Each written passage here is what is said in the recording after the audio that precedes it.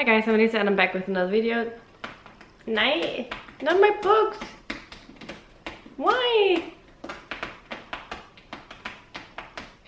Honestly, how anyone gets filming done when they have cats? Maybe it's just because she's a kitten and she's all over the place. Right now she's just chasing her own tail, so that's where we're at.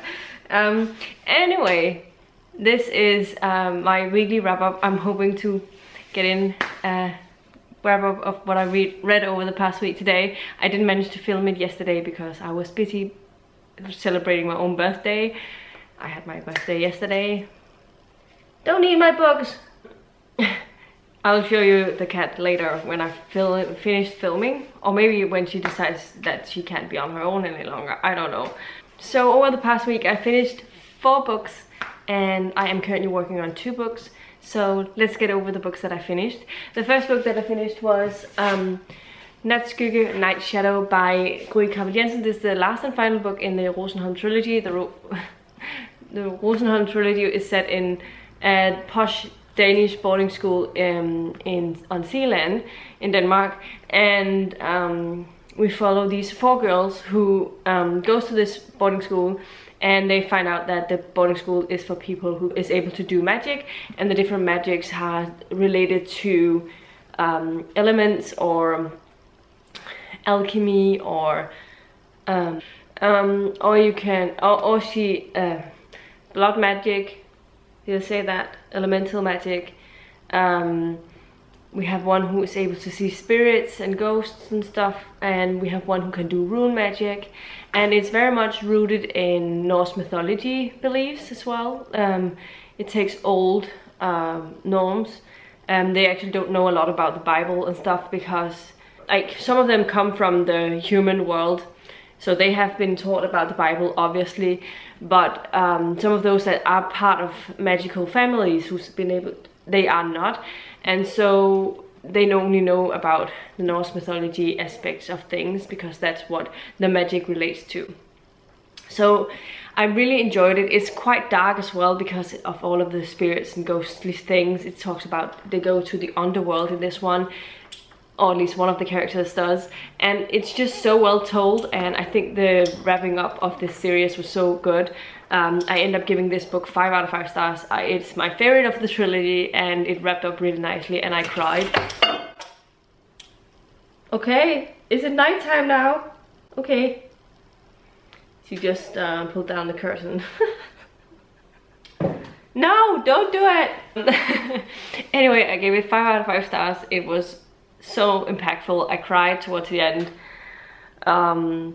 It is so good to read also at this time of year because of the magical aspects, because of the eeriness of the book, and yeah, enjoyed it a lot. My battery is flashing at me, so I need to make this quick. The next book that I finished was Witness in Death by J.D. Robb, the 10th book in the series. This is a series that takes place in 2045 or 2046, 8, 7, I don't know. At this point, it started in 2045 with the first book, so I don't know how many years has passed since then, but a couple, I believe. We follow Eve Dallas, who is a police detective in the New York police department, and she is married to this billionaire, Robb, who owns a lot of different companies and yeah, has a huge aspects of the business world in this scenery. But anyway, Robb and Eve are married at this point in the series, and they have gone to the theater to watch a play, and what happens is that at this theater, in this play, someone has replaced the dummy knife with a real knife, and in the play, one of the actors is stabbed with a real knife and ends up dying on stage, and then it's obviously an investigation for Eve Dallas to find out who could do this. It makes someone else actually kill someone for them, do the dirty job if you will, quite maliciously, and as time progressed I just so enjoyed being in this series again. The different relationship ties in this, I love them so much, and I don't understand how I could spend so much time not reading it. So yeah, super happy with reading that, and I also ended up giving this one 5 out of 5 stars. It was so enjoyable being back with these characters, being back in this world. The mystery is good, and I really tried to guess along the way, even though I had an idea. As things went along, I just wasn't sure how it would tie with everything. It didn't fit. But I loved this so much and ended up giving this 5 out of 5 stars as well. Honestly, this week has just been the week of 5 stars in general. The next thing that I picked up was Heartstopper Volume 1 by Oseman. Don't scratch my books! Why does cats do everything they can in order to do what they're not allowed to do? I don't understand it. I'm trying to make her not scratch my books. And I moved the books over here because yesterday she figured out he would jump there and jump onto my kitchen ceiling thing. And I decided that was a bad idea. So maybe I have to find a third place to place it now.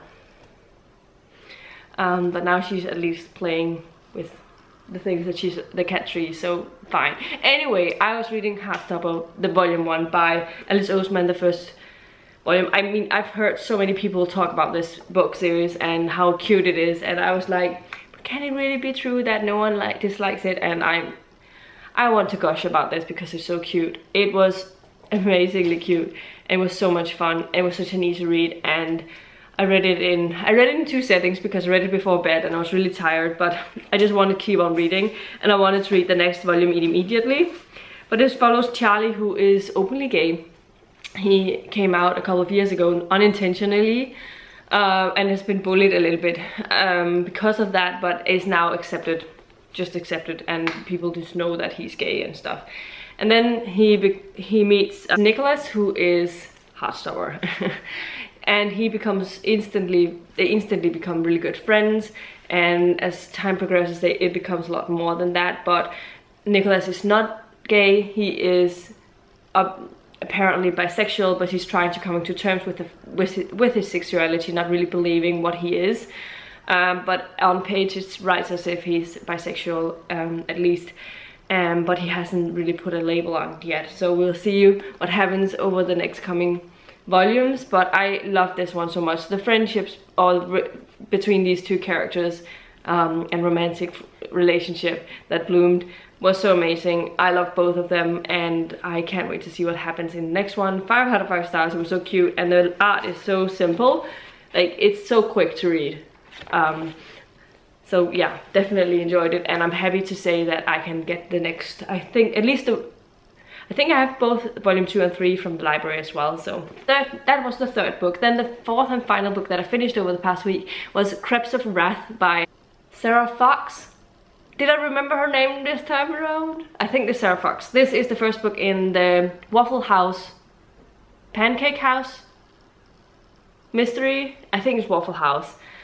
No, it must be Pancake because a crepe is a pancake. Pancake House mystery, maybe. This is set in a small town in Washington state, and we follow this girl who lives in Seattle, who has been called home to look after the pancake house when this man has to go on a trip kind of thing. And then later on he finds out that this man has been murdered, and now she has been given the pancake house. He's a relative of hers. I'm not sure how far out, I've forgotten this, but I think it's like a cousin, an elderly cousin, older cousin kind of thing. And he left the pancake shop to her, and as things go along, there's also one of her friends who is believed to be the murderer because she has a lot of reasons to do it, because she was set to inherit some money, and so people believe that, and she's kind of framed as being the murderer. But she knows, our main character knows that it's not the case, and so she goes to investigate on her own, and it basically opens up more and more. I really enjoyed this mystery. It was really fun, and I am looking forward to reading on in the series. The narrator of the audios are by Margaret Gavin, and I really enjoy her narration style. I've become used to her narration style from the Hollows books by Kim Harrison, as well as I read a dragon fantasy, urban fantasy kind of thing recently, called something like Stalked by Flames or something like that, and it was really good as well, and she was narrating that and I really enjoyed it, so definitely recommend that one. And finally, yeah, I ended up giving this 4 out of 5 stars, so definitely enjoyed it and I will continue to read it. It's nice to have another cozy mystery series that I can move on with after I finish the Gaslight mystery series, because I'm pretty close to finishing that. I have 2 more books on current books that comes out and stuff. So yeah, those are the things that I have finished over the past week. Then I have 2 books that I'm working on. First up, I have started on Ruin by John Gwynne. This is the 3rd book in the Faithful and Fallen series, and I have read the first 117 pages. I'm about to start chapter 15. So far it's okay. I'm not super invested yet, but I also know it also has to build up something. But I am enjoying it, so it's not that I am not enjoying it. It's just over the past couple of days I haven't been able to read very much. Let's see if I can manage to finish this time. It ran out of me. I was talking about Ruin. I am 117 pages into it, so about to start chapter 15. Not a whole lot has happened yet, but I am enjoying it, even though not a lot has happened yet, because I feel there's a build up to something. I'm hoping to be able to get more reading in over the next coming days. The cat has been a little bit distracting. She wants to sleep on me, so anytime I try to read something I have to sit like this, and I try and do that, but sometimes it works, and sometimes she also sleeps further down my legs. So it's okay. But yeah, this was this one. The other book that I've started on is When We Were Magic by Sarah Gailey. I haven't listened these last couple of days because I was actually thinking at one point that I would actually finish this in this week as well, but I haven't been listening to audios at home because I want to hear when she has something that she wants me to do, like where she is, because she calls for me quite often, especially if I'm doing something. But it's become better the past couple of days, that she's more or less on her own. When I move around in the kitchen, she will lie down to sleep, or she will play by herself or something like that. So it's going better now, and I can always feel her settling in a little bit more. Anyway, reading this and enjoying it. It's weird because it's follows this girl who has accidentally killed someone, and then this group of friends who helps protecting her and helps getting rid of the body. And it's an interesting concept, and I enjoy the friendships, but there's also more to it, and I think it's okay so far, but it's not my favorite of the ones. So yeah, but I wanted to let you know that I have been reading through this, and I am about 2/3 into it. It's quite a short audio. I'm about to start chapter 15, and have been enjoying it. Let's see. Say hi to my online friends for me. Can you do that? Look into the camera. Hello. Hi. Hi. This is Nala.